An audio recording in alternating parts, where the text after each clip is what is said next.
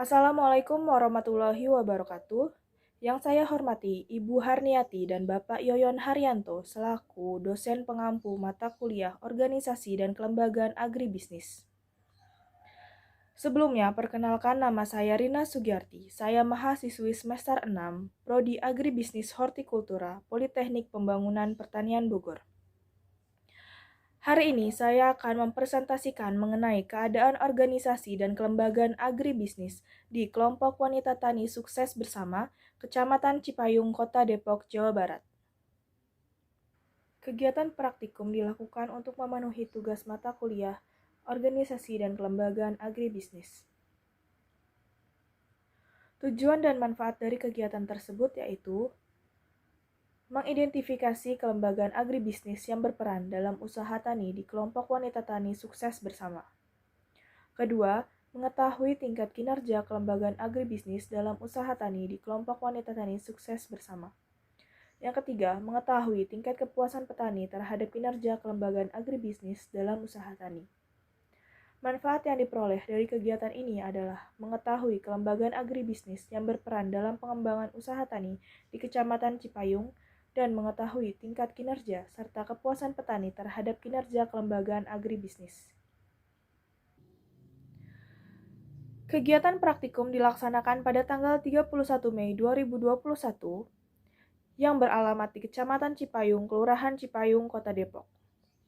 Alat dan bahan yang digunakan dalam melakukan kegiatan praktikum sebagai berikut. Yang pertama, handphone. Yang kedua, alat tulis. Yang ketiga, laptop.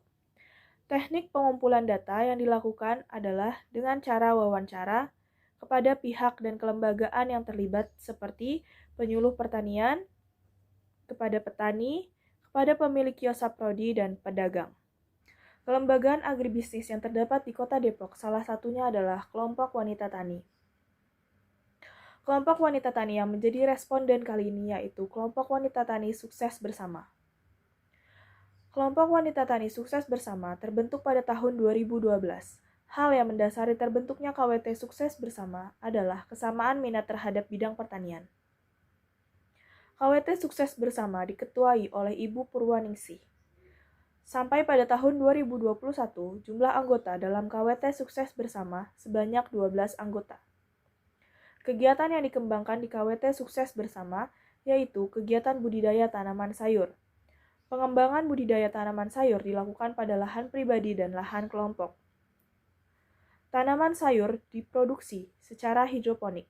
Jenis sayuran daun yang dikembangkan seperti kangkung, bayam, seledri, dan selada.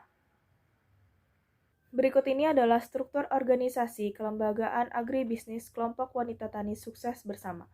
Terdapat ketua, sekretaris, bendahara, dan anggota. Sekretaris, bendahara, dan anggota bertanggung jawab kepada ketua. Ibu Haryanti sebagai sekretaris dan Ibu Supiah sebagai bendahara.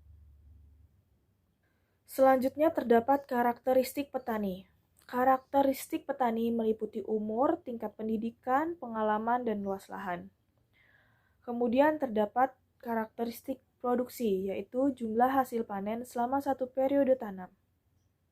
Berikut ini adalah merupakan tabel karakteristik petani di kelompok wanita tani sukses bersama. Dari tabel tersebut dapat disimpulkan bahwa usia tersebar mulai dari 38 tahun sampai 69 tahun dengan tingkat pendidikan terendah yaitu sekolah menengah pertama dan tingkat pendidikan tertinggi yaitu sarjana strata 1.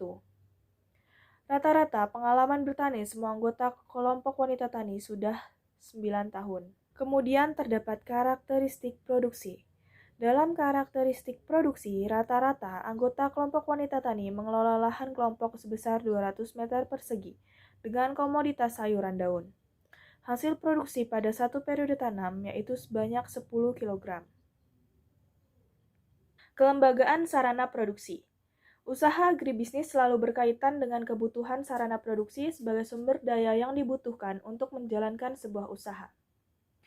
Usaha agribisnis di kelompok wanita tani sukses bersama membutuhkan sarana produksi seperti benih, pupuk, rock wool, dan keranjang panen. Kios Saprodi berperan dalam pemenuhan kebutuhan saprodi kelompok wanita tani sukses bersama. KWT sukses bersama juga menjadi anggota koperasi. Keikutsertaan menjadi anggota koperasi memudahkan dalam memperoleh sarana produksi. KWT sukses bersama mendapatkan subsidi dalam pemenuhan sarana produksi, yaitu subsidi benih. Kelembagaan permodalan. Pada awal pembentukan organisasi kelompok wanita tani sukses bersama belum memiliki akses permodalan. Petani yang tergabung dalam kelompok wanita tani sukses bersama kemudian mengikuti pelatihan hidroponik dari Kementerian Pedesaan sehingga mendapatkan bantuan berupa instalasi hidroponik sebanyak 200 lubang tanam, berikut benih, rockwool, dan pupuk AB mix. Seiring berjalannya waktu dengan mengumpulkan dana dari setiap anggota, maka budidaya secara hidroponik dapat dikembangkan sampai dengan 1000 lubang tanam. Strategi yang dilakukan KWT sukses bersama dalam mengakses permodalan melalui koperasi. Sehingga saat ini KWT sukses bersama memiliki akses permodalan ke koperasi. Keuntungan yang diperoleh dengan bergabungnya KWT sukses bersama dengan koperasi adalah mendapatkan subsidi dalam pemenuhan sarana produksi dan mudah dalam mengakses bantuan permodalan. Selain dari koperasi, bantuan-bantuan lainnya juga didapatkan oleh KWT sukses bersama dari Dinas Pertanian Kota Depok. Berikut ini merupakan alur pemasaran KWT sukses bersama. Terdapat dua alur pemasaran, yaitu melalui pedagang dan yang kedua adalah kegiatan pemasaran langsung kepada konsumen. Dari hasil pengamatan serta wawancara, tidak ditemukan peran tengkulak dalam proses pemasaran di KWT sukses bersama. Petani di KWT sukses bersama menjalankan alur pemasaran langsung secara dominan dikarenakan alur pemasaran melalui pedagang sebagian besar tidak memberikan keuntungan. Penyuluh Pertanian. Badan Penyuluh Pertanian atau BPP merupakan unit penyelenggara pertanian. Para penyuluh pertanian berada di bawah naungan BPP. Di Kota Depok terdapat dua BPP, yaitu BPP Ratu Jaya dan BPP Cipayung. Kelompok wanita tani sukses bersama menjadi kelompok yang dibina oleh BPP Ratu Jaya. Penyuluh pertanian secara rutin mengadakan pertemuan dengan KWT sukses bersama untuk berdiskusi mengenai pengembangan KWT. Peran penyuluh pertanian sangat penting dalam menjembatani bantuan-bantuan saprodi dari Dinas Pertanian atau dari pihak pemberi bantuan kepada KWT. Kesimpulan yang dapat penulis ambil dari hasil praktikum identifikasi kelembagaan agribisnis pada kelompok wanita tani sukses bersama Kecamatan Cipayung, Kota Depok adalah sebagai berikut. Yang pertama, kelembagaan kelompok wanita tani sukses bersama dibina oleh penyuluh pertanian dari BPP Ratu Jaya untuk mengembangkan dan berpartisipasi aktif dalam kegiatan pertanian di Kota Depok. Kedua, kegiatan pertanian yang dilakukan oleh anggota KWT sukses bersama diantaranya adalah kegiatan budidaya tanaman sayur, kegiatan pemasaran, dan kegiatan pelatihan untuk meningkatkan skill anggota KWT. Iuran anggota menjadi modal awal pengembangan budidaya di KWT sukses bersama. KWT sukses bersama mendapatkan bantuan berupa instalasi hidroponik, rockwool, benih, serta nutrisi AB mix dari Kementerian Pedesaan untuk mengembangkan urban farming. KWT sukses bersama menjadi anggota koperasi untuk mendapatkan kemudahan dalam mengakses kebutuhan input produksi. KWT sukses bersama merupakan kelembagaan yang memiliki fungsi ekonomi dengan memproduksi tanaman sayur dan melakukan proses pemasaran. Alur pemasaran yang terbagi menjadi dua bagian, yaitu melalui pedagang dan langsung kepada konsumen. Saran. Kelompok wanita tani sukses bersama memiliki peran dan fungsi yang baik dalam meningkatkan kesejahteraan anggotanya.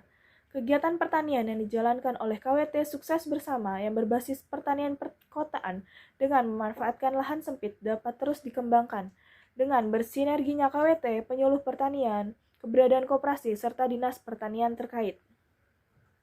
Sekian presentasi dari saya, terima kasih atas perhatiannya, mohon maaf apabila ada kekurangan, dan semoga yang saya sampaikan dapat bermanfaat. Wassalamualaikum warahmatullahi wabarakatuh.